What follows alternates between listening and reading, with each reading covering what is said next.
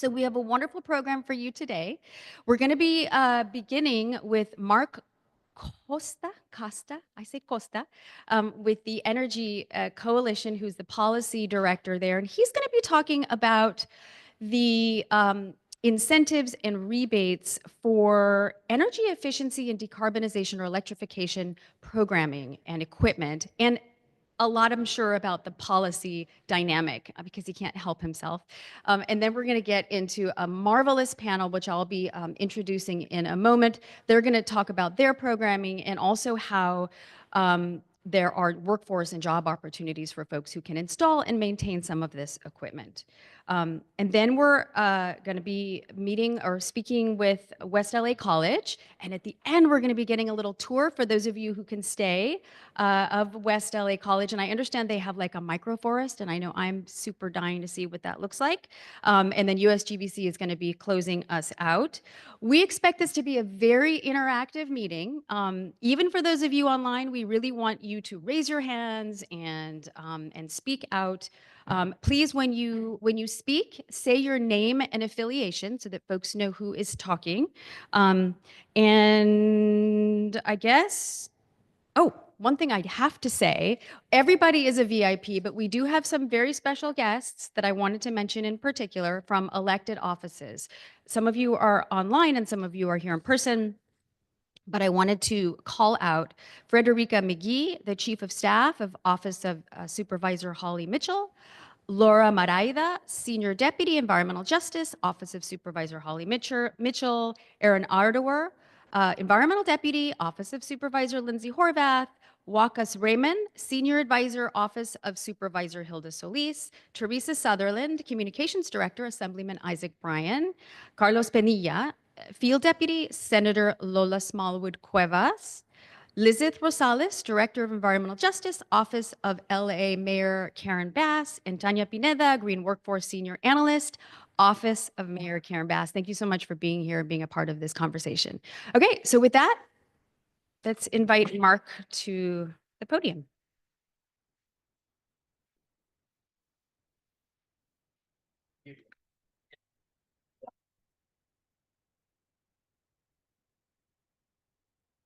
All right, Tessa, thank you for adjusting the mic. It's strategic. So I'm Mark Costa. I'm Director of Policy at the Energy Coalition. We're a nonprofit going into our 50th year. So that's incredible. It's a good anniversary for us. And it's just thank you so much to USGBC and to Mel and Ben. I've been on the board of directors for USGBC in the past. And in fact, through that network, in the theme of today, I got my first real job because of the USGBC network during the first economic crisis back in 2008 and beyond. And I worked at, don't hold it against me, Long Beach Community College District, and we launched the largest green jobs training program in the country. And some of the people here were leaders in that. And we've just, I see Stella's here. And we were doing all the training. So this has come full circle. And it's a pleasure to be here now that I've run the gamut through that. So just some of the perspective is that from there, it's been a long journey.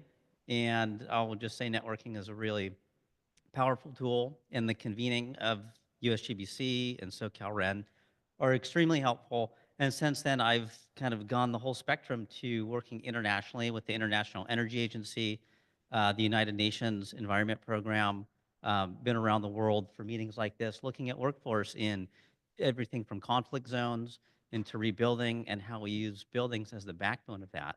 And it just underscores the importance of what we're doing, and it's timely, and the disasters that are happening around the world are not unlike California, and what we need to do to rebuild with fires, and our commitment to workforce, the commitment to the youth, commitment to education curriculum, on-the-job training, all that. So I'll give you a broad brushstroke of what we're looking at in terms of the opportunities, what we might want to be focusing on, how do we land the job training programs in the current temperature of the policy landscape and funding landscape. So let's go to the, I don't think I'm controlling the slides, am I? Okay, let's go to the, okay. So we'll start with state policy. We'll look at federal. We know there's a lot of uncertainty around that. But California, this is a great place to be for many reasons. One definitely including workforce. And we lead the nation in energy efficiency, and we have very ambitious carbon neutrality goals by 2045. And on the local side, they're even more ambitious, and that's going to spur even more activity through local codes, through our building code, which we still have to fight, protect for. There's a lot of uncertainty in that this legislative session. Um, we also have a very good opportunity where every dollar that we spend on energy efficiency returns us $8. And that's not even including non-energy benefits and societal benefits. This is just the the measurable things, which very much underscores the value of what we're doing here. Um, to put your antlers up a little bit, there's also some really, I wouldn't say future looking, but emerging topics here. Virtual power plants, I'll put that out there. It means a lot of different things to a lot of different people, but we all know that the grid needs modernization and it needs investment. At the same time, we need to lower bills. So there's opportunities there to understand what are these things? What kind of things need to go into homes and businesses? How can they benefit what we do? How can they collectively lower our bills and stabilize our power system? So we've been doing a lot of work there. The utilities are out in front doing really awesome stuff in that regard. We also, by the same token, need new metrics to account for a reliable grid and the future power systems and a participatory market so that people can actually be participants in the system. On the federal side, and we'll go through this quick because I think questions are probably more interesting. Obviously, we all have the temperature of what's going on the federal level. Um, but some things to point back at is that they put out the DOE, Department of Energy, put out a fantastic roadmap, and that's a document that, if you haven't seen it, it just has a lot of clues on where the future is headed, regardless of policy. There's natural inertia from people wanting to install things in their homes, whether it be to save energy, whether it be to take part in the newest technology, whether it be for any reason, indoor air quality and health. But we need to reduce those emissions rapidly, and there's a tremendous amount of work that needs to happen. If you downscale that to what we need in the state of California or in progressive cities, city of Los Angeles, West Hollywood, Santa Monica, there's a number of cities just right here adjacent to even this campus that have such ambitious goals that we have potentially shortfall in the workforce. So we're going to need a lot of people in homes, a lot of people in buildings. Um, there are tax credits. So the one thing that we can outlook on that is that we have these bonus credits for your tax write-offs, whether you're an individual or a business. We do not anticipate those going away. The 30% investment tax credit should still be sustained, and that takes an act of Congress to change a tax code. That can't be done by executive order. So that includes energy efficiency, includes renewables, it includes infrastructure, your panel upgrades. It includes a lot, and there's 99+% certainty those are going to be around for your next tax filing. And then the only thing that may or may not stay beyond this calendar year for the next tax filing, or some of these bonuses for low-income community investments, income quality qualified investments. But also one of those other things is the labor bonus, which would be surprising to go away, but not surprising at the same time. Another document to look at is the Department of Energy liftoff study. They have a 2.0 version that I would highly recommend looking at. A lot of good clues in there to demystify what that means. And then state and local coordination is going to be key. We're only going to see action at the state and local level when it comes to putting people to work in this space. Let's go to the next slide and we'll wrap this up.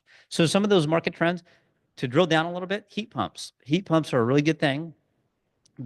They use electricity where gas typically is used.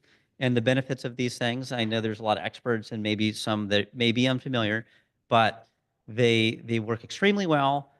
A lot of times in the space conditioning, so heating and cooling, it's a lower first cost. It costs less to buy a combined heat pump that does heating and cooling than it is to go buy the separate systems and do everything separately. And then it lowers your bill on top of that. And they're smart, so they can talk to the grid. So those are really good things. Same thing with water heating as well. So there's a lot that need to happen. And even though we have a huge trajectory on that, anticipated to grow four times over, that we need to increase the participation there. And there's a governor commitment to installing a number of heat pumps by certain years. So there's commitment up and down the state on that. Um, HVAC, insulation, electrification, these things that help improve indoor air quality and help get your buildings right. If you want to look at a really interesting standard, there's obviously the LEED rating system. Passive house is a really good one also. It's a really good one that gives you a lot of clues on how to make a healthy, safe, high efficient building. So that's something to look at. The County of Los Angeles has demonstrated great leadership in this respect in terms of pursuing equitable building decarbonization funding. Probably one of the largest clean energy investments in the state of California that will directly help low-income and income-qualified homes throughout the entirety of Southern California, including San Diego. And there's two other recipients of that. It should be a tremendous amount of work. So again, landing the job training programs to programs like this are where we need to sync up.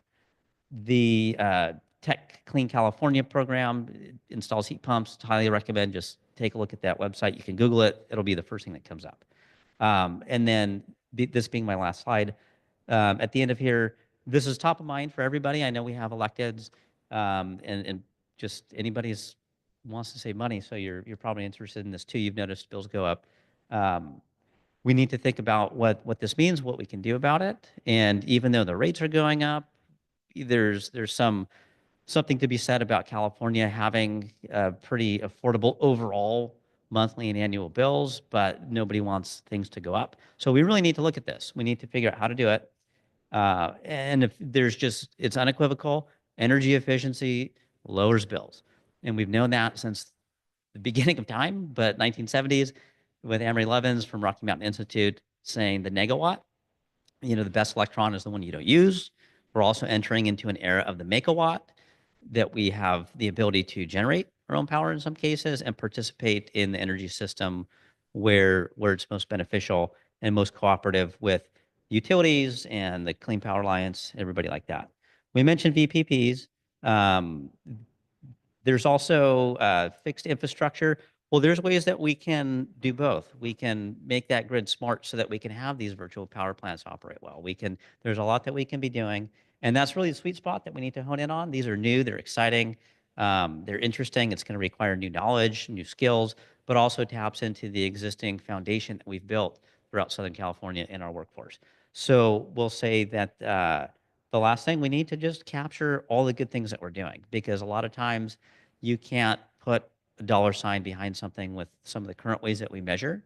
So we're really leaving a lot off the table, and a lot of these great programs are at risk because they don't fit into some special box that we've used for the last 30 years. So we need to unlock the funding, we need to unlock the workforce, and really realize that we're truly helping people, and we need to keep everybody on the train with us, and we can't leave people behind. And that really is driven by investing, which is an investment. It's not a cost. There's benefits to investing in energy efficiency. I'll leave it there. We could do questions and we could pass it on.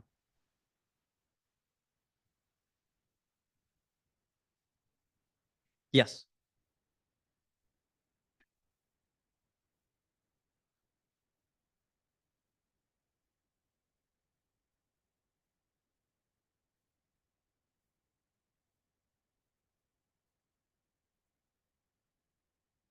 Yeah. So the question was, what do we mean by new metrics for grid reliability and what was the second?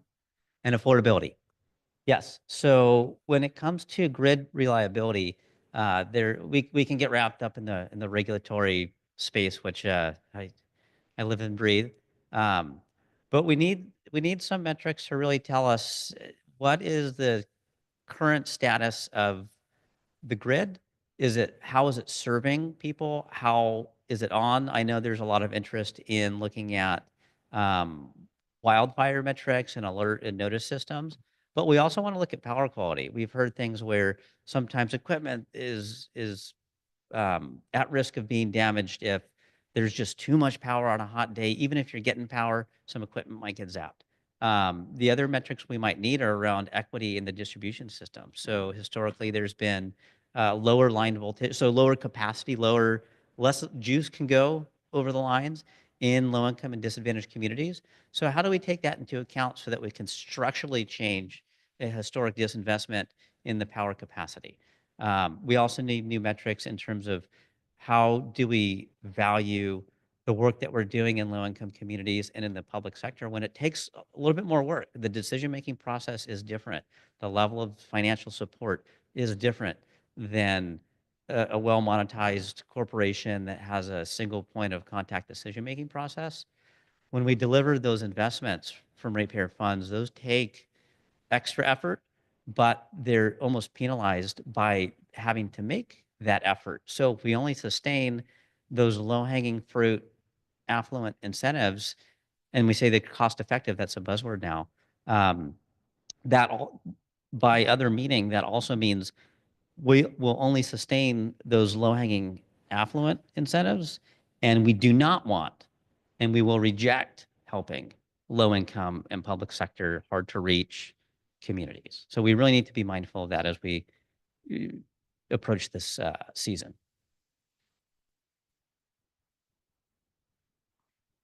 Yes.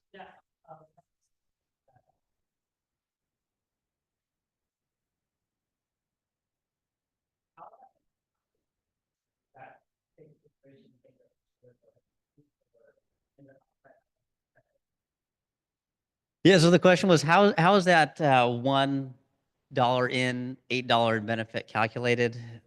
We can, we needed a 3 day, symposium on that. But basically, it's really if you spend $1 of ratepayer program. So we're SoCalREN here. There's a ton of utility programs. There's a lot of great programs.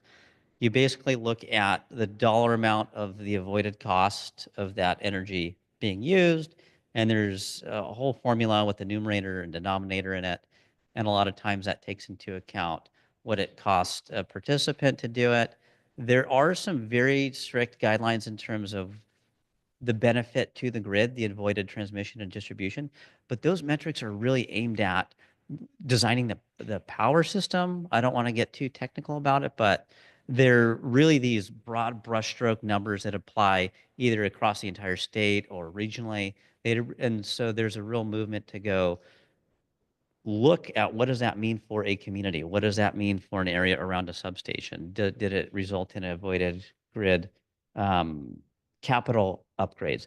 It does not take into account. There are certain things that if you weather normalize and get to the science of it, and yeah, it's probably in there somewhere, but it really doesn't take into account non-energy benefits that I think is the larger issue that was going on around regulatory proceedings and legislative discussions.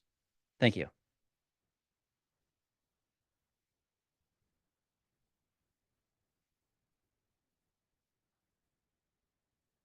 Okay.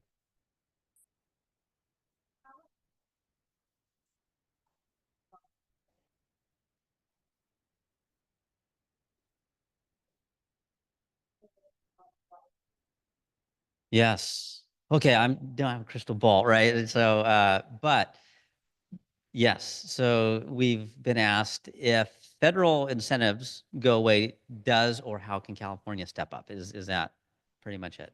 Uh, well, the good news is that there's a lot of insulation that we have as California in terms of the mechanisms that we have to collect those funds and then redistribute them. Um, the bad news is that's all eggs in one basket.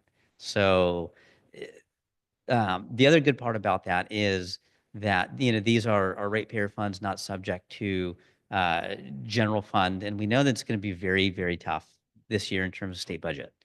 And so having those collected on the bills really preserves those, and you can really have an accountable, transparent tracking of where they come from and where they go. Some of the things that are at risk at the federal level, there are federal low-income weatherization programs that complement our energy savings assistance programs in the state of California. And that could potentially be fairly disruptive and lead to less people receiving those services for those critical basic things that happen in your home. So that's something that we really need to pay attention to.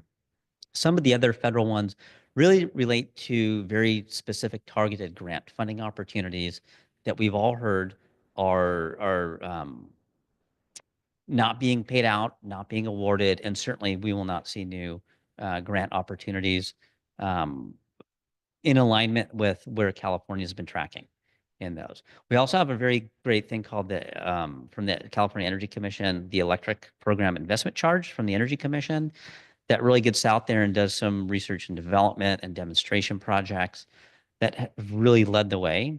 Um, and I'll say, given the international work, people are looking to California. So there's not only the importance and commitment to the constituents and to the businesses that these support, and that, but we have the European Commission even reaching back out to us saying, "How can we help? What can we do?" We see what's happening at the federal level. If we dial down or pull lever in the name of some certain arguments, and the world is looking at California instead of the US for some of these things, and California either turns it back or dials down for purposeful or unintended reasons, this investment that we have in this energy, that would be very tragic. Okay.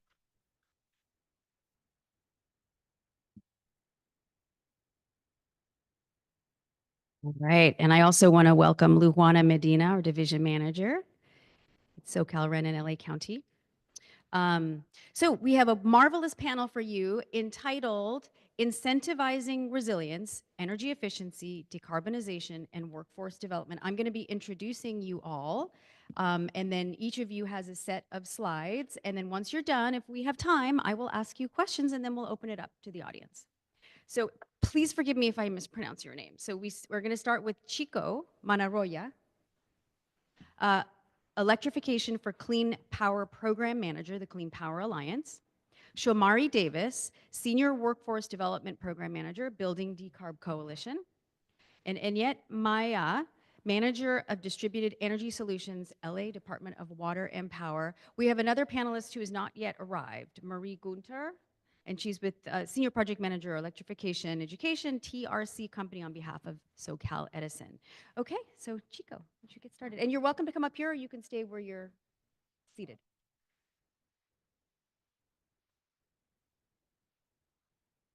There it is. All right.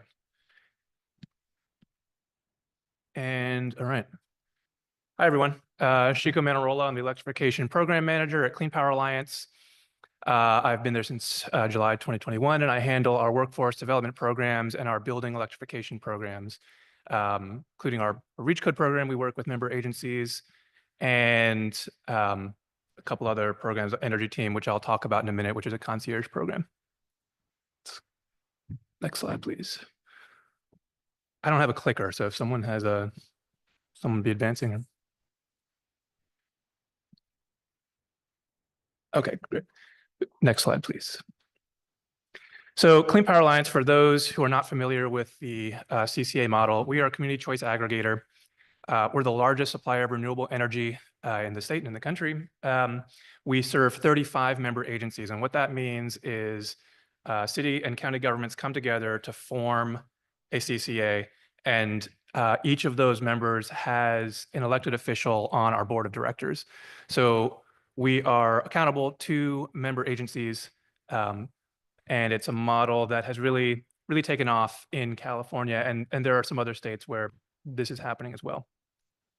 We serve 3 million residents and 1 million customer accounts, and we have a number of power options. So most of our cities, about 70%, are signed up on our 100% green renewable option, which means businesses and residents are defaulted to getting 100% renewable power, and then individuals can opt to get 50% or the standard grid, about 40% renewable power.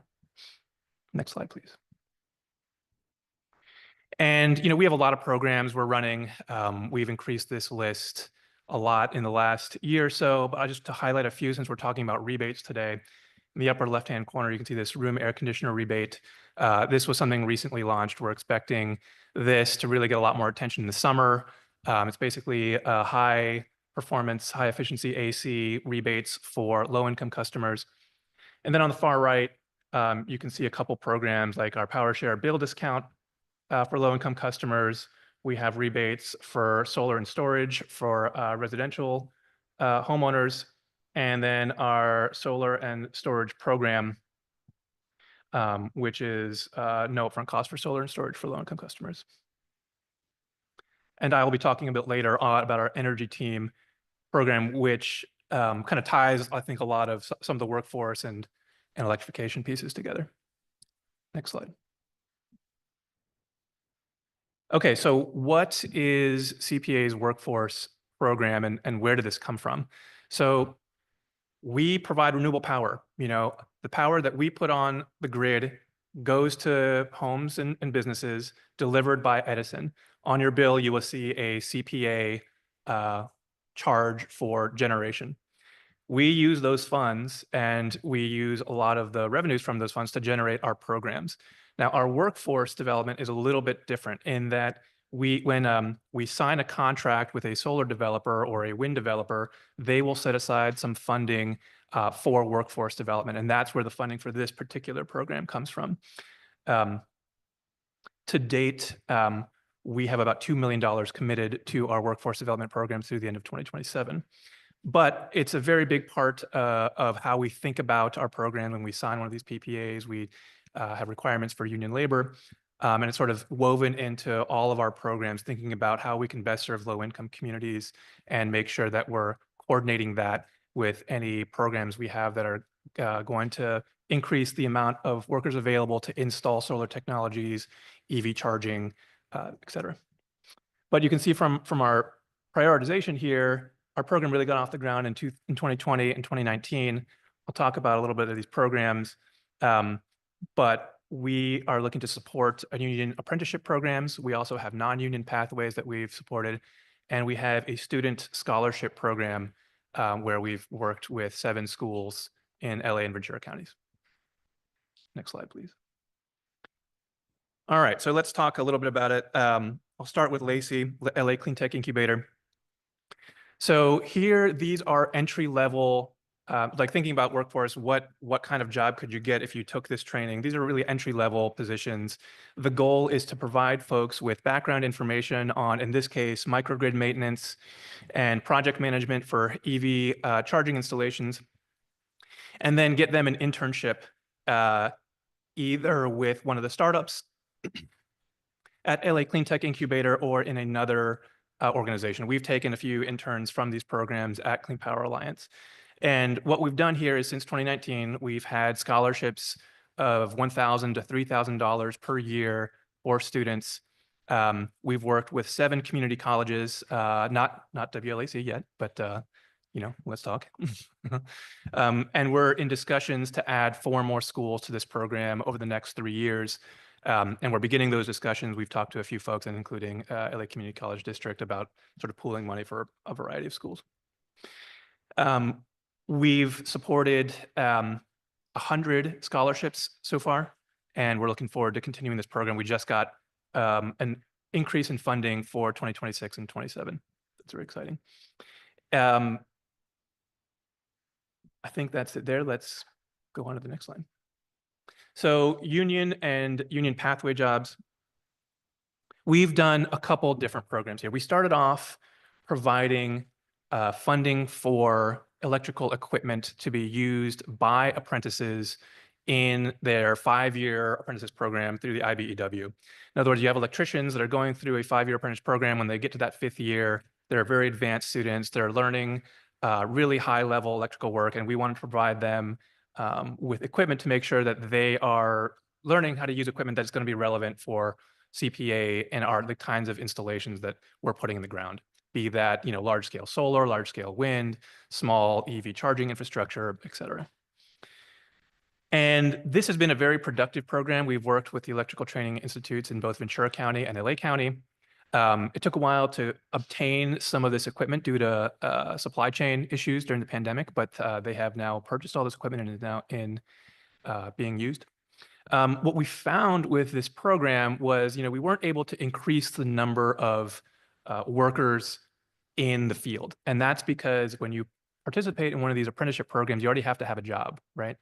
And so that's really market driven.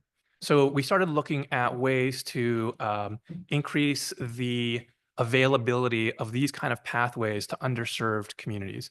And that's when we just recently launched in February our pre-apprenticeship program, which you can see over here on the left.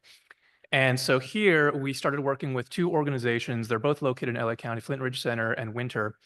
And they work with specific disadvantaged communities to provide them with the multi-craft core curriculum, which is a standard curriculum for pre-apprenticeship programs that sets folks up to be able to have the background knowledge to take the entrance exam for an apprenticeship program, which leads to higher wage jobs and then a union job down the road. So Flint Ridge Center, we're very excited about this. Just launched. I don't have any outcomes to share, unfortunately, but we are planning to work with over 100 students over the course of 3 years, and we're providing both stipends for while they're taking these 10-week courses so that they don't have to have a job on the side to take classes. And we're providing supportive services to make sure they have childcare, to make sure they have their driver's license available and all that stuff. And as you can see, Flint Ridge Center, they focus on folks who were previously incarcerated or gang impacted, and Winter focuses on women and survivors of domestic abuse to make sure that they are active and good candidates for apprenticeship programs.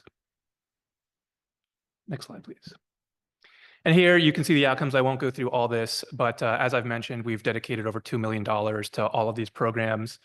And we're very excited to continue finding new partners. We're investigating ways to have a similar pre-apprenticeship program in Ventura County. And hopefully, in a couple months, I'll have something to share there. But again, you can see these outcomes here. Next slide, please. And finally, I want to talk a little bit about our Energy Team program, which hopefully kind of brings a lot of the different work CPA does together. So Energy Team is a concierge program for businesses, small businesses, and residents who want to do an electrification upgrade in their home or small business. And the goal here is really to connect people with available rebates, right? There's a lot of money out there right now through state, local, and federal programs. And CPA also, as I mentioned, has a few rebate programs. We want to bring all of that together so that you have a one-stop shop. You can call, email, or chat this program. We'll tell you about the kinds of technologies that are available for your home or small business.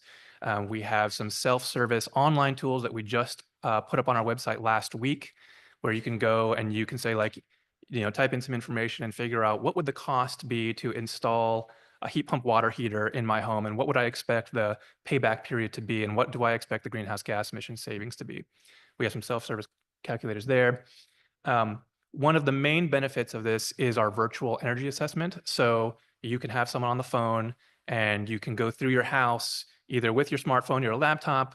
You can look at your panel, you can look at your water heater, space heater, kitchen appliances, and they will help you figure out what's going to be the most high priority item for you to look at upgrading based on your budget and based on your goals, right? If you really want to keep all your projects to within the panel that you've already got at your home, because that's going to take a while and can be expensive, we can do that. If you want to look at the full electrification scenario, we can do that. If you want all of those, we can do that, and then you can pick and choose down the road. And from that, we give you an electrification plan and then connect you again with some of those rebates through the switches on or through Energy Star if you're a commercial business. And then guidance for finding a contractor. Again, we point people to the switches on where you can search by zip code and find contractors who have gone through the tech program. And so we know our folks who are familiar with heat pumps and will provide the highest level of service so that we have good outcomes from these programs. We don't want people just kind of searching and then getting a contractor who didn't do the right job or was, pushing them to go in another direction. And then finally, we refer people to other CPA programs, but also once you get those bids from contractors, you can reach out again to Energy Team and we'll help you select from those bids. So, we recommend people get 3 bids. We can't tell you who to go with, but we can give you some suggestions for the kinds of questions to ask, the kinds of criteria you might want to consider when you're selecting that contractor. And so the goal here is to really connect folks who are interested in electrification projects with high quality contractors. And then, the full circle part is we're trying to make sure we have these high information contractors for heat pumps out in the community. And I think I'll end there, and thank you so much.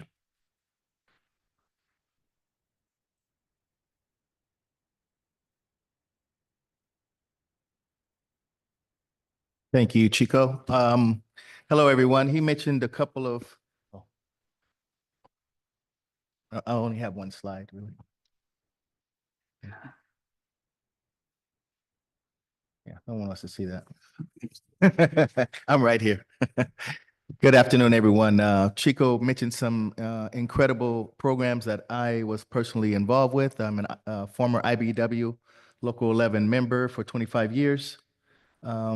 I went through the apprenticeship, became a journeyman foreman, and then I became a business rep in downtown LA, South LA, and the Hollywood area. So all the projects in those areas that our electrical workers did, like Intuit Dome, SoFi, even LA Live, that's how old I am, go back. Those are the projects that I represented the electrical workers on that. So really funny story. I really believe in community college. I went to Pasadena Community College for my electrical education. And so funny, I think sometimes in your life, you can be chosen for the career that you're doing, because I was originally going to be a systems analyst. I was going to do computers because I did that in high school. Then I started, going on that journey, and I really got tired of being in the lab. And I said, well, I want to do something that I can use my hands with, and use my mind, but I don't want to get dirty. And I'm like, okay. So back then, my uncle was an electronics technician. So I said, well, maybe I'll do that. And I ended up enrolling in the electrical class.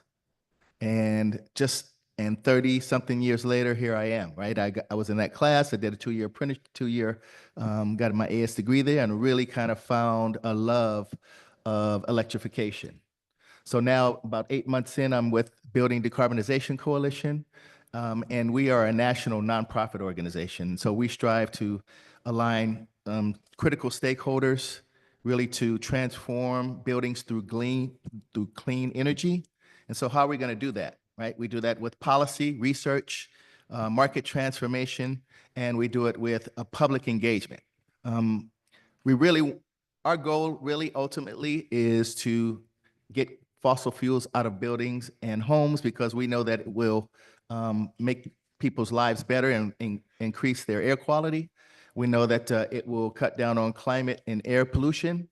And we know that we also fight for high road jobs. That's one of our really important things with Building Decarbonization Coalition that I love that Chico talked about, is we want to make sure that we implore on people that these jobs and careers, rather, should be high road, should have wages and benefits, and should be able to sustain workers on a career path to have a good life.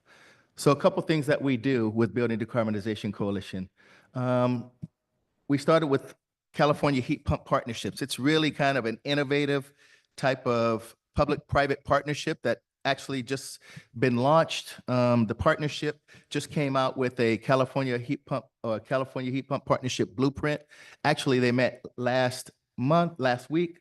It meets quarterly. It's with public and private folks. It's with state agencies, manufacturers, retailers, distributors, utilities, and other market actors, because I'm not sure if you folks have seen just a little bit before, in California here, the governor's goal is to reach 6 million heat pumps by 2030, right? Right now, we're at 1.9 million heat pumps up to date. And so if you do the math, you know that we're not going to get to 6 million heat pumps. So how are we going to get there, right? We have to transform the market. We have to train contractors and workers to be able to install that. And we have to educate folks to understand why it's important. How many people know what a heat pump is and how it works? See, there's a lot of people, everybody's saying heat pumps, but nobody's really so a heat pump is an electric air conditioning and heating system. But the difference is the heat pump uses this inverter technology to where it compresses and expands refrigerant to cool and heat your home, but it does it 3 to 4 times more efficiently than a gas system. To put it plainly, everybody pays kilowatt hours because we all pay kilowatt hours to DWP. to get our power in Southern Cal Edison. So if you put a kilowatt hour into a heat pump, you get 3 to 4 times more work out of that heat pump than you do a gas system. So that's how you're going to be able to save money on your system. And the heat pump also has, it's almost like a dimmer when you go into a room and it's too bright. And if you have a dimmer and you want to turn the light down so that it's more, so it fits whatever you're doing, the heat pump can turn up and down the power on your system. So that way the technology is, I want to set it and then I want to forget it, right? You set whatever temperature is and you never have to worry about it again. Mitsubishi, Daikin, they say that about their systems because it goes up and down and it turns on and off at a level that's needed. It doesn't just turn on. When you have a gas system, like I do, when you turn it on, it just comes on full bore. And when it's hot enough, the way that I do it, I just turn it off and wait till it gets cold again, right?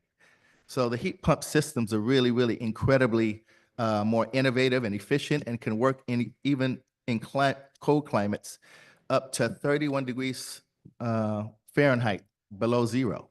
So that's how far they've come. So the California Heat Pump Partnership is looking to try to help the governor meet those goals of 6 million heat pumps by 2030.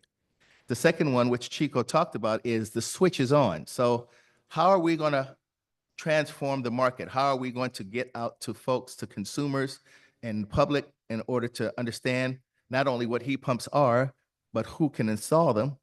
The Building Decarbonization Coalition, we did a statewide campaign and we came up with the Switches On. The Switches On is a really good website. It connects contractors to consumers who want to put certified contractors who want to put heat pump water heaters as well into their homes. It also tells you, it will educate you on, hey, what's an electric dryer? What is a heat pump? What is a heat pump water heater? It does all the education for folks who are interested in, if they're looking to do a new system, you can get a lot of education there. You can put in your zip code and it will give you a list of certified contractors that are able to put in a heat pump system in your home, which is you definitely want to have somebody who is trained at that. And it also is a free website for contractors. Because we want to make sure that we can meet our goals, we have reached out to contractors and have contractors go ahead and get on our website so that make sure for free, so they can contact consumers so that we can continually make sure more heat pumps are installed. So the Switch is On is an incredible, incredible vehicle. I implore you, I put some handouts out there and I implore you to go on there and look at what we're doing to be able to connect you. And it also talks about the rebates. We have all the rebates that are available in California specifically. Switch is On is specific for California. We are developing one for Long Island, New York, and also one for Denver, Colorado, or Colorado State.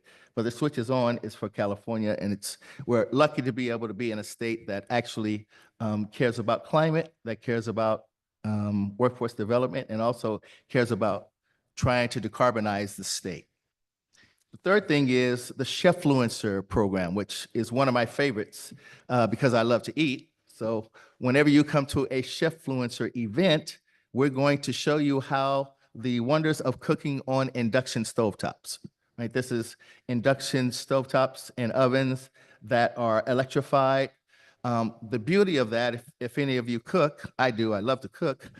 When you cook on a gas stove, you have 6 or 4 pots going. It's very hot in the kitchen, right? So the difference between induction cooking is not only are you really able, the technology is so great that you're able to control the heat of every one of your dishes, but also there's no escaped heat into the kitchen. It only heats the bottom of the pan. And when you take the pan off, exactly, you can put your hand down and you will not get burned. It's not the old one that everybody remembers the circular one that gets orange, and if you're a kid, you would play with it and light things on fire. You can't do that anymore, thank God. It's very safe if you have children. So we want to definitely show the wonders of induction cooking. And we do events all throughout the year, and just to try to show folks why it's such a great thing to have an electric appliance. And lastly, we want to make sure that the contractors are able to be certified, and they're certified by the manufacturers themselves. Now, the heat pumps are really they're systems that really take a lot of know-how to be able to do them. You got to be qualified to do them. So equipment manufacturers go to different contractors and make sure that they qualify these contractors with certification so that they understand how to install these properly. Because if they're not installed properly, the systems won't work. You know that on average, I was talking to a contractor this morning before I came here, and on average, every system that is installed only works up to 57% of its capacity. Think about that. 57% is all you're getting at the highest, right? You might get a little bit more out of your system, all because the airflow of the vents, everything is not calculated properly. And that's what separates contractors from people who really understand what they're doing, that's certified to be able to get the most out of your system. It's very important. And last but not least, definitely BDC is definitely we want to support statewide incentive and direct install programs for low-income households. It's really something that's important to us, that we make sure that the underserved communities are not left behind on this green technology journey that we're going on. So we have legislation that we just passed called SB 1221. And that is going to do 30 pilots to do zonal electrification. Basically, we're going to try to pick areas in different neighborhoods and electrify them with state money, to be able to try to get to those low underserved communities and be able to serve them as well. Just because you don't make enough money does not mean you should have lower air quality. So it's something that we really think is important. That's the end of my presentation. Thank you very much.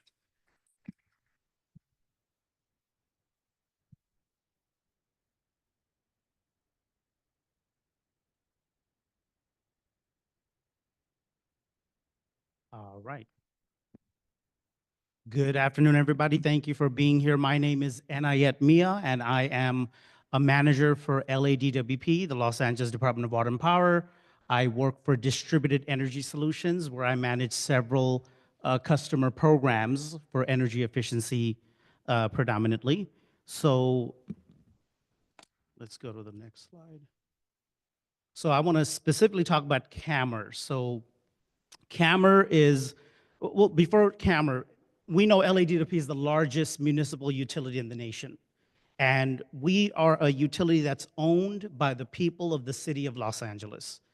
And we are committed to giving them, our residences, our owners, the best possible utility. So guided by that principle, we continuously develop programs that meet the best interest of our customers.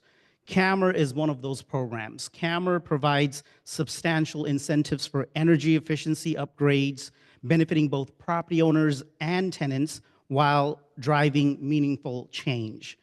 CAMR is a whole building comprehensive program that provides financial rebates.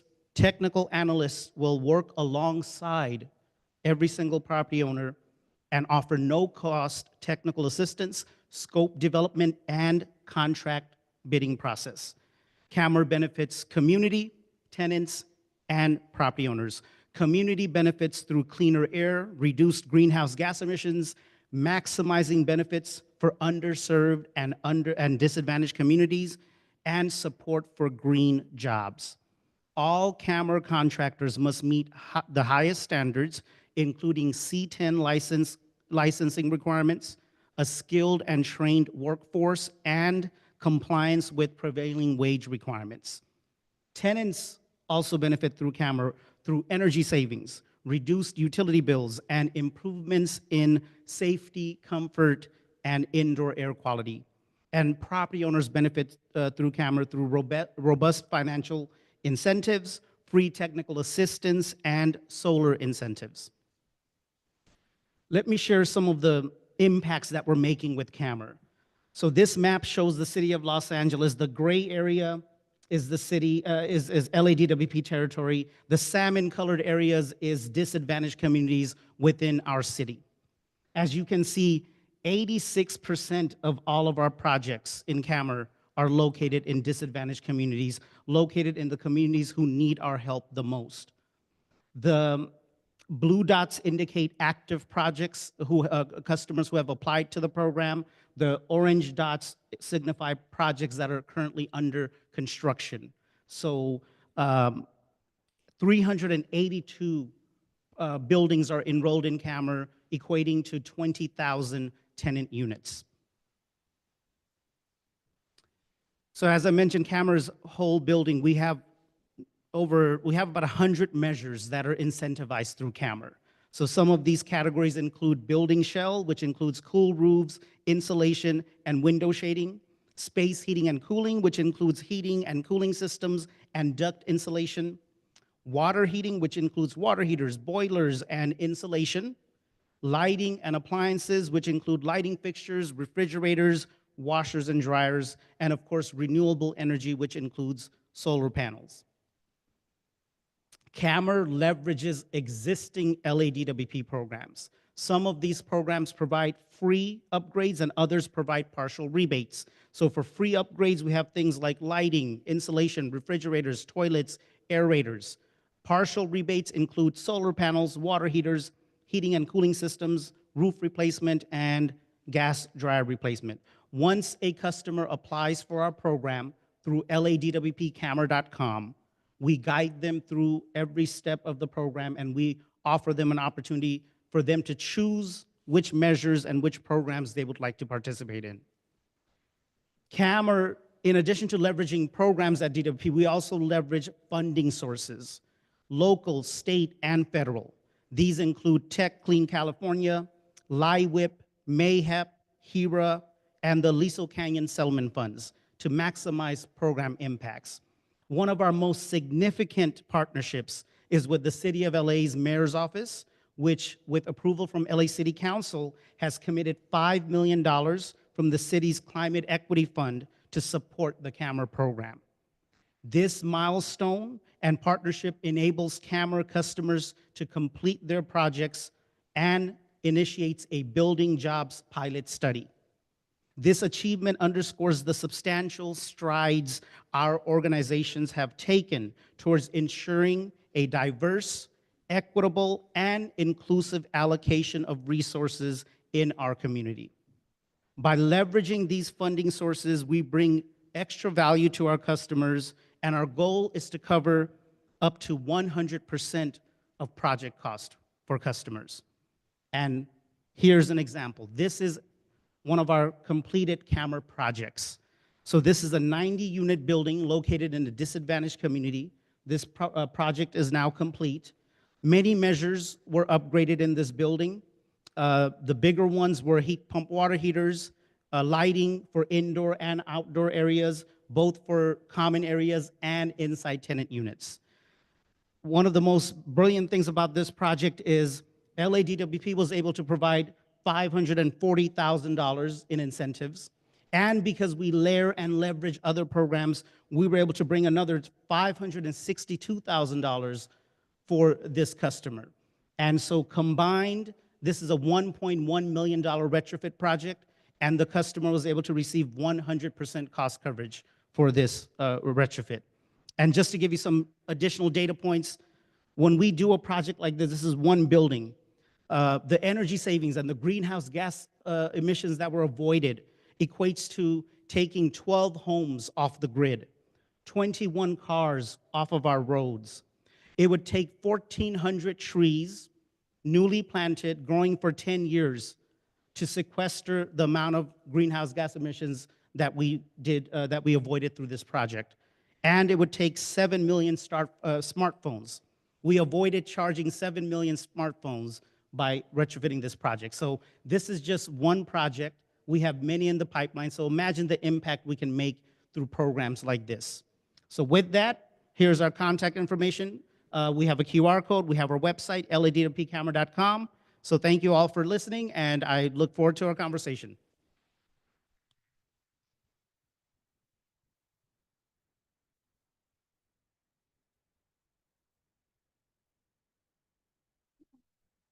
we have our speaker who is actually online. Great. Let's do that. Marie Gunter, TRC Companies, on behalf of SCE. Thank you so much. Good afternoon, everyone. Thank you for this opportunity to join all of you here today. I've really heard some amazing and impressive presentations, and it's great to be part of sharing this conversation here with you today. The programs I primarily focus on are for new construction, rebuilds / alterations, which we facilitate through the California Energy Smart Homes and California Energy Homes program. Both are energy efficiency and all electrification incentive programs here in the state of California. Before I dive in, I really just want to take a quick moment to acknowledge the recent fire disasters in Altadena and Pacific Palisades. As the risks to our communities continue to grow, it really underscores the importance of the work that we're all doing here. And while obviously no one can erase the trauma these events bring, we can certainly take proactive steps to improve our homes' safety, the energy efficiency with which we build, and overall resilience. And that's really what our goal is with these programs. So I'm just going to ask you to imagine a world, as I'm listening here today, where every rebate and incentive option that you've heard becomes the mainstream of how residential home building projects are designed and built. Today, I'm going to just share a little bit about how California residents are leveraging programs TRC facilitates on behalf of SCE and the other California utilities like Energy Smart Homes and Cal EHP, primarily to prescriptively address both their inside home environment as well as the outside. Oftentimes, we just hear about things that people need to do around their home to mitigate disaster without necessarily touching upon what we can do internally. Thank you for changing the slide. So here's just a few points we're going to cover. Before you can get started with energy efficiency, it's really important to know kind of what's what and where you stand. So busting those myths. We'll talk about addressing barriers and misconceptions, resiliency for high-risk areas, the two programs that I just referenced, with a quick view of some sample incentives, the 8 key measures that one would need to complete in order to qualify for those incentives, and finally, how to get started. Next slide, please. So myth busting, addressing barriers and misconceptions. Next slide, please. I want to just quickly thank you to Mark, who spoke first, for your reference to the 6 million heat pumps, the goal for 2030, although we're far away from it, and to Shamari for the excellent explanation on how heat pumps work, and of course, the importance of professional installation. One of the primary myths that I run into quite frequently is that heat pumps don't work in cold weather. That is wrong. Cold climate heat pumps are specifically designed to operate very efficiently in sub-freezing temps, and they combine variable speed inverter technology to help with that. The high performance found in these appliances is due to an intentional optimization and defrosting strategy. And likewise, induction cooking. I hear induction cooking is not as powerful as gas. You heard some reference to this too. Induction stovetops actually heat faster and more consistently than gas. You have very precise temperature control versus gas. It gives you better cooking performance with no heat loss. What I find even more importantly, because I'm someone who suffered from childhood asthma, and I know there's a lot of people out there who do themselves and have children who do, it eliminates indoor air pollutants like nitrogen oxides, carbon monoxide, and particulate matter, which is always present with gas combustion appliances. So definitely something to consider. The last thing I want to just mention is that electrification increases energy costs is probably one of the primary things I hear people complain about. However, they don't necessarily have the facts. That is not correct. The best energy efficient and electrification practices pair with a time of use rate and demand response programs. These are offered through the utilities. So this actually lowers the operational costs.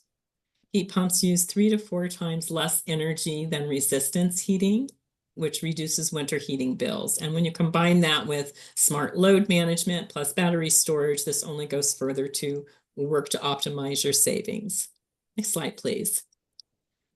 So the outcome of that, I'm not going to dig into the entire graph for the sake of time, but just kind of based on the few things that I just mentioned, and there's many other myths, there's sort of an undeniable efficiency of electrification. There's lots of great sources to reference that. One of the sources that you can look to is the Energy Buildings America program. And there are more. If you want to reach out to me, I'll be happy to share that. But multiple studies do confirm that electrification is a superior alternative to gas-based systems for energy efficiency, combined with great opportunities to achieve resiliency, safety, and as I mentioned, health due to better indoor air quality. Next slide, please. Now let's just talk a little bit about the programs that I referenced. Next slide, please. California Energy Smart Homes and CalAHP, I would consider sister programs. California Energy Smart Homes is a residential new construction and alterations program. It provides incentives to adopt advanced energy efficiency measures and transition to all electric construction. So you can kind of think about it as the high bar. The program was implemented by PG&E on behalf of all of California IOUs with the goal of gaining that market transition from gas to electric, but also to make sure that people are preparing for the future, kind of future-proofing your home. The program supports California's focus on building electrification to meet climate resiliency objectives. So all of that is in alignment. CalEHP is a program to promote construction of new all-electric homes by providing technical assistance and financial incentives to residential developers and home builders. This program supports energy-efficient residential projects and on-site energy storage measures to advance energy efficiency and resiliency goals in the state.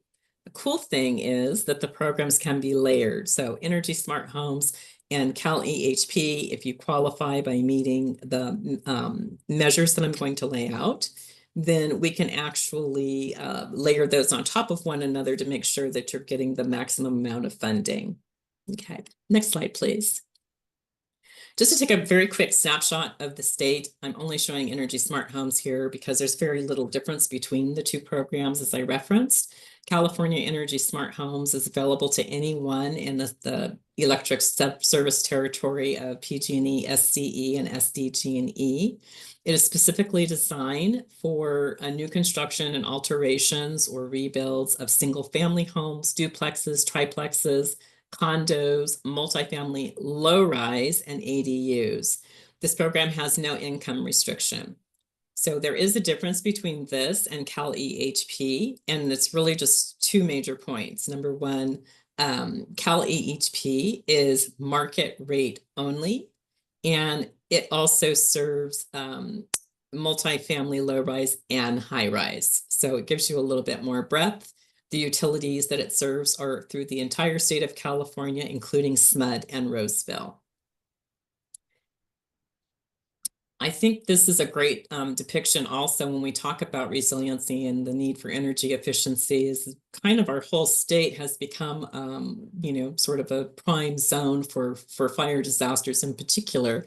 I'm located in Northern California in PG&E, and obviously we've had a lot of problems with fire over the last half decade at least, and now more recently in SCE territory. So I'm just pointing this out to show kind of the overlay of the design of these programs and how they're meant to meet what's needed in the moment in terms of getting homes built in a much safer, more resilient, and reliable fashion. Next slide, please. Now we're going to just touch really quickly on eligibility and incentives. Next slide, please. For program eligibility, I just kind of covered what the difference is between the two programs, so I won't go too much into this. We can go to the next slide. I will make the slides available afterwards if anyone wants to look in more depth. But I think more importantly, what we really need to identify is what are the measures that you need in order to qualify. Now, these don't exactly match what one of the last presenters was just speaking to in terms of how their rebate program works. This is not a rebate program, but an incentive program, and it covers heat pump space and water heating, induction cooking, thermostatic mixing valves, segregated circuits, communicating or smart thermostats, battery storage readiness, and EV charging readiness. And all of these 8 measures you are required to meet for energy smart homes. It's slightly different for Cal EHP, but the difference is not that major. And if you're interested, of course, I can provide more details on that. But these are the primary baseline that you would need to go for. Next slide, please. Just to give you a sample, let's focus and zero in on the far left column, which is showing you the different building types. This is for new construction. And if we start at the top line, single family, this is indicating a baseline incentive of $3,000. Now, that's just the baseline. Let's say that you want to do something in addition to those 8 measures that I just showed you. Next slide, please. There's a couple of different ways that you can gain additional incentives, and they are called advanced technology bonuses. And one of the interesting things about these programs is that advanced technology bonuses are constantly being evaluated, investigated, created. So as new technology comes onto the market, these are being integrated into these programs. So I'm not going to go through the whole list, but here you can see there are a number of additional measures all the way up to $1,000 for numerous different implementations. Next slide, please.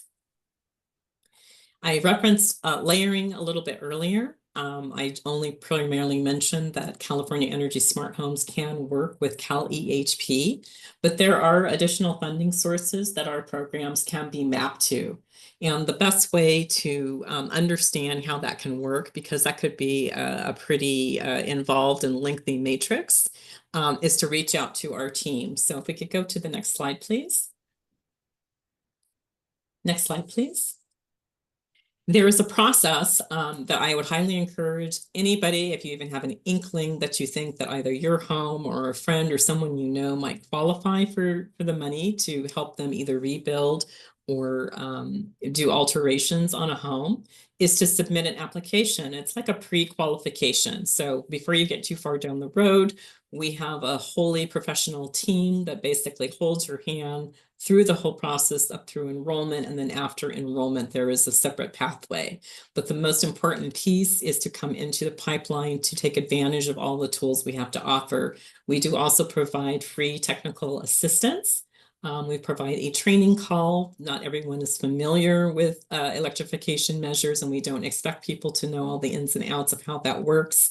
But one of the better benefits, as someone had mentioned earlier, how they have a bit of a clearinghouse to map you to different contractors, where we have to remain agnostic to different vendors. We don't recommend vendors. We actually point applicants in the direction to find those resources and help them streamline all the tools that they need to gather in order to be successful. Next slide, please.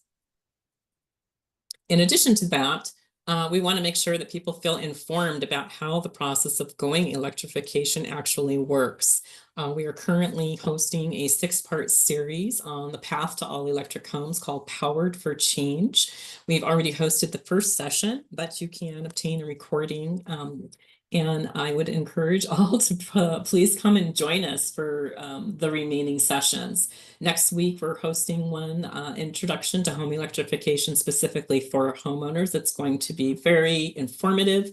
All of these sessions are held by our subject matter experts. And for the homeowner session, we will actually have a homeowner who lives in Southern California who's going through a complete rebuild using all electrification methods. So this is another really great opportunity to get in and ask questions.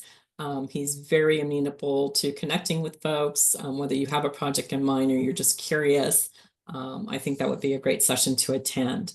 And then following that, a couple days later, a little bit more specific on high-level technology, design technology, and how all these things integrate together. So if we have building professionals in the room or people who are interested in understanding how all the pieces fit, you can follow the titles to see which of these one or all make sense for you. Next slide, please. And with that, I will conclude by providing our QR code. Please reach out to us. We're available via phone, via the California Energy Smart Homes website. There's also Cal EHP at trccompanies.com website. And then if you go to the next slide, I have my contact information. I always encourage people to reach out to me directly. Sometimes it's not always easy to, just find your way on a website. And there's a lot of great information there. But if you need kind of further curating or direction, I'm more than happy to connect with you. So thank you so much for listening. I hope some of this has been helpful, and I appreciate the time.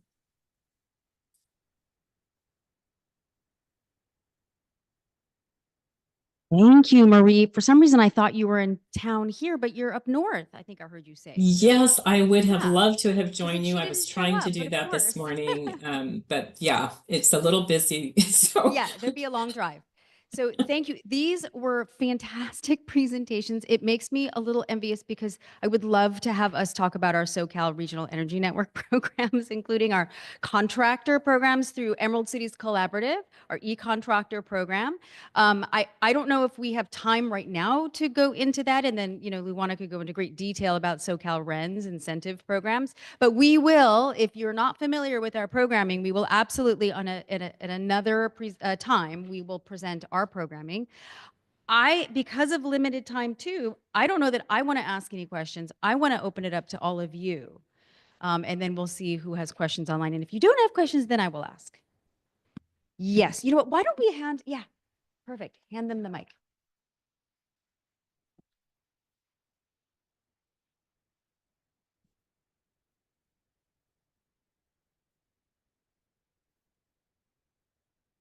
Hi, my name is Pam Williams. I'm representing Unite LA. We run a clean tech career academy.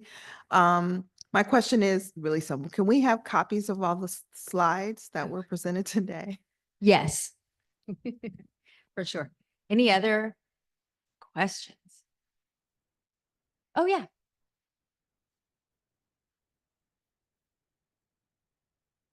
Thank you. I have a lot of questions, but I'll limit it to this.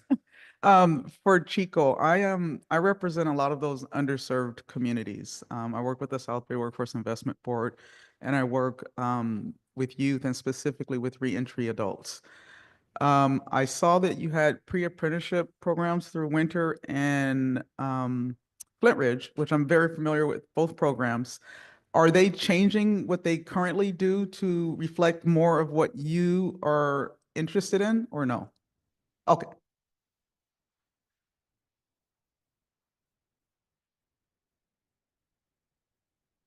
Hi, there it is. Thank you for that question. They are not changing their program. The one thing that our funding is going to shift for Winter is that they were looking for an expansion of their training facility.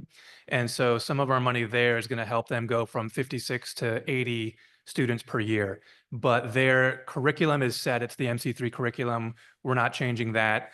We're not changing the focus of their outreach to students, whether it's women or folks who are gang impacted or out of prison. And yeah, we're just excited that they have those boots on the ground and know how to get those folks involved so that we can help them do the work that they're doing. So that was my other question. So they will connect people who go through those programs directly with your information or with the potential entry-level positions that you have available?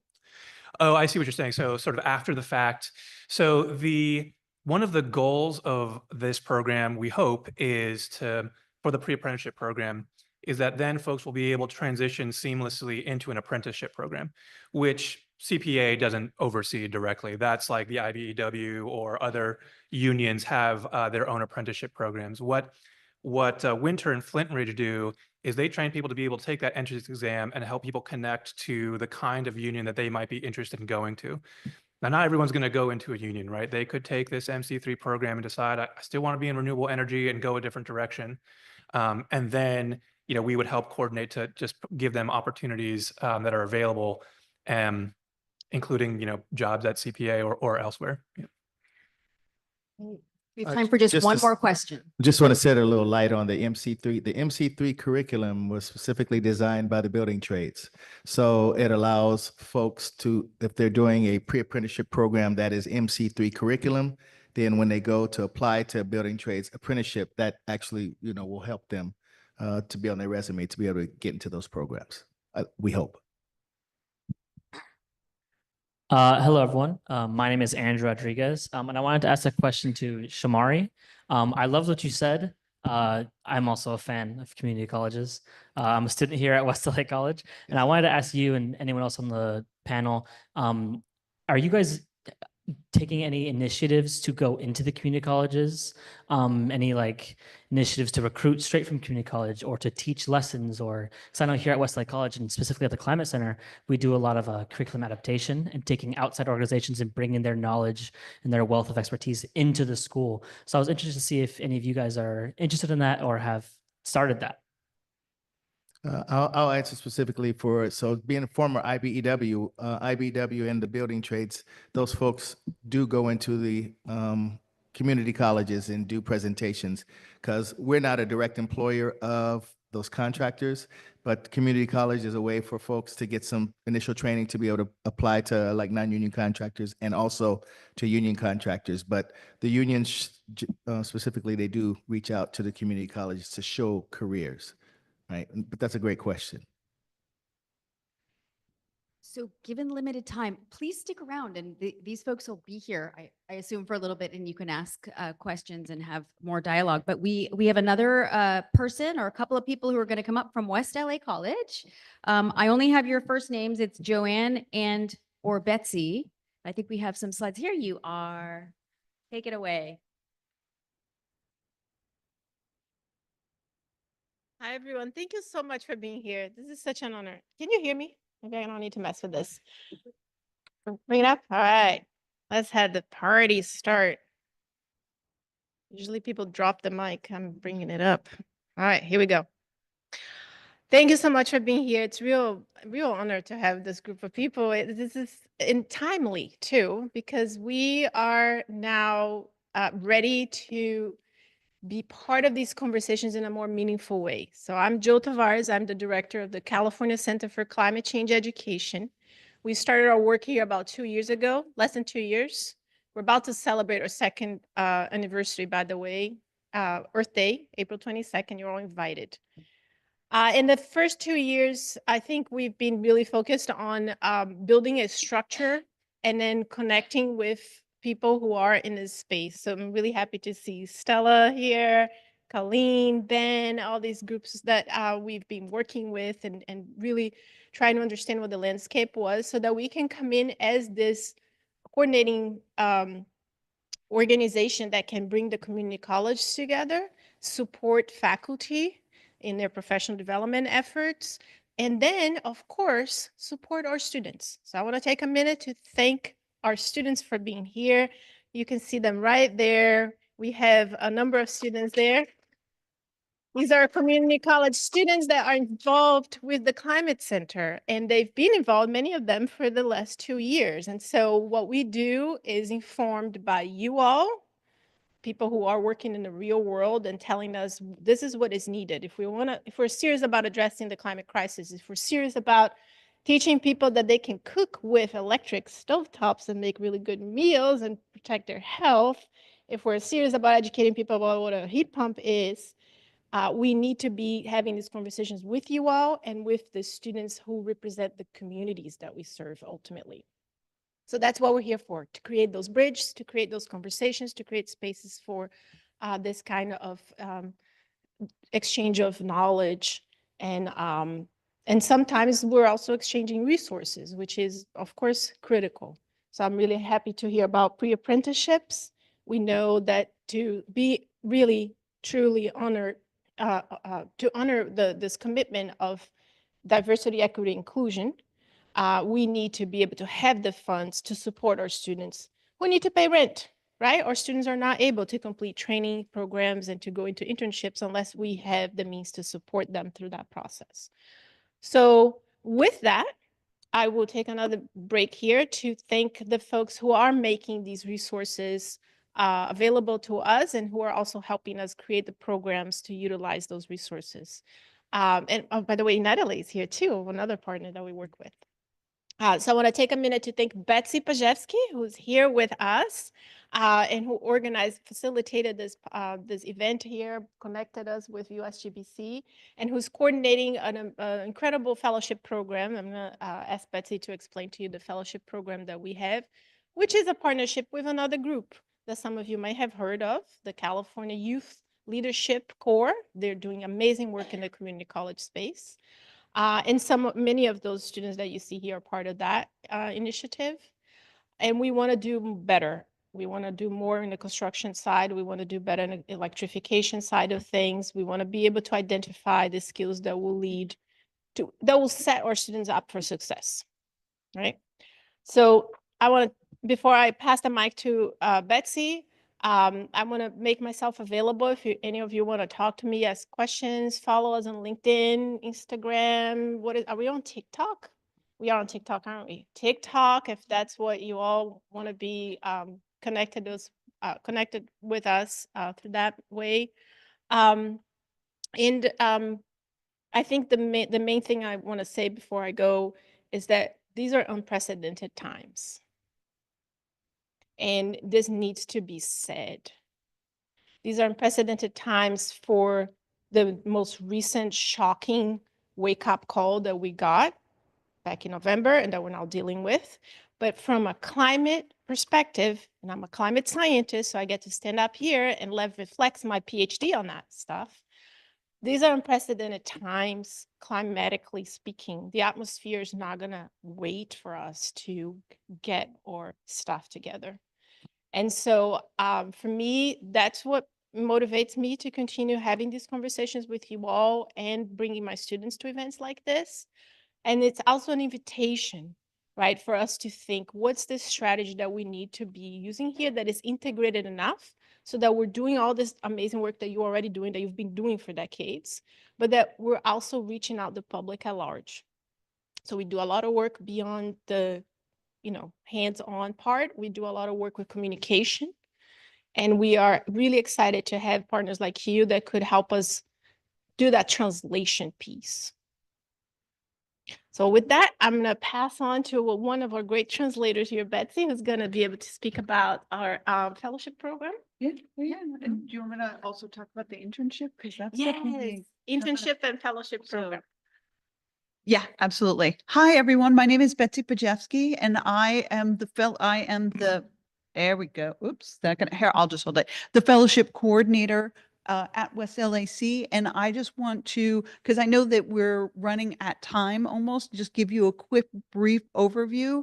We have 28 students who are in our fellowship program. It's a 10-month program where they learn about climate change here and they get a certificate in climate change education while they're doing 10 hours a week at a community-based organization at the same time, so that they're getting leadership experience at the same time, practical experience in the work field at the same time as they're getting their education. The other thing that we have coming up that's really, really powerful that all of you should be able to talk to Joe about is the fact that we have a summer internship program. We'll be placing about 100 students in various workplace internships over the summer, and they will be paid. So this will be a paid internship for the students, and it's an amazing opportunity. So definitely talk to us about that as well if you would like to work with us on that, because that will be an amazing experience for the students as well. So, yeah. Thank you so much. And then I want to take a minute to introduce Tiffany Miller, our Dean of Apprenticeships, who's been doing this amazing work here at West way before we started the Climate Center. And we're so inspired by the work that she's doing in different sectors that she works with, avionics, dental hygiene. We have so many amazing programs already in place that we are hoping to emulate and build upon some of these models. So I heard a lot about pre-apprenticeships and apprenticeships. If this is something that you're interested in and that you have the capacity to work with us, please let us know. Tiffany, would you like to say a few words, introduce? There we go. Thank you so much. And yes. What a marvelous program. Thank you. And then we are going to go see the microforest, right? You're going to take us on a tour. All right. So we're going to close with USGBC with Melanie. All right, can everyone hear me? There we go. Melanie Peck, Director of Workforce Development for USGBC California. I'll make it very, very brief so we can get to the tour, and anyone who did not get a chance to eat, like our panelists, can grab some lunch before it's gone. I just wanted to say thank you again for everyone who came today. Very valuable conversation. Thank you again to the panelists for coming with such great information. It was really great to get to meet and work with all of you. And another thank you to West Los Angeles College for hosting us in this beautiful room on this beautiful day. So happy to be here. We are taking these meetings for the Regional Workforce Alliance for SoCalREN's RWA on the road. So this is our first test of someplace a little bit different. We're aiming for San Joaquin Valley, Central Valley for our June meeting, and then possibly Orange County for our Q3 meeting, back to LA in Q4. So exciting things to come. You all have my email because I've been sending you lots of reminders about coming. Really appreciate that you followed them and showed up. Wonderful. If you have thoughts, comments, anything, please send them to me. Would love your input. Thank you again for coming. If you are staying for the microforest tour, we're just going to sort of mill around, convene here. Please hang out. We have a docent that will be joining us shortly. So thank you again. Round of applause for our presenters. Panelist Mark, thank you. And to SoCalREN for hosting the Regional Workforce Alliance. We appreciate it. Have a nice day, everyone.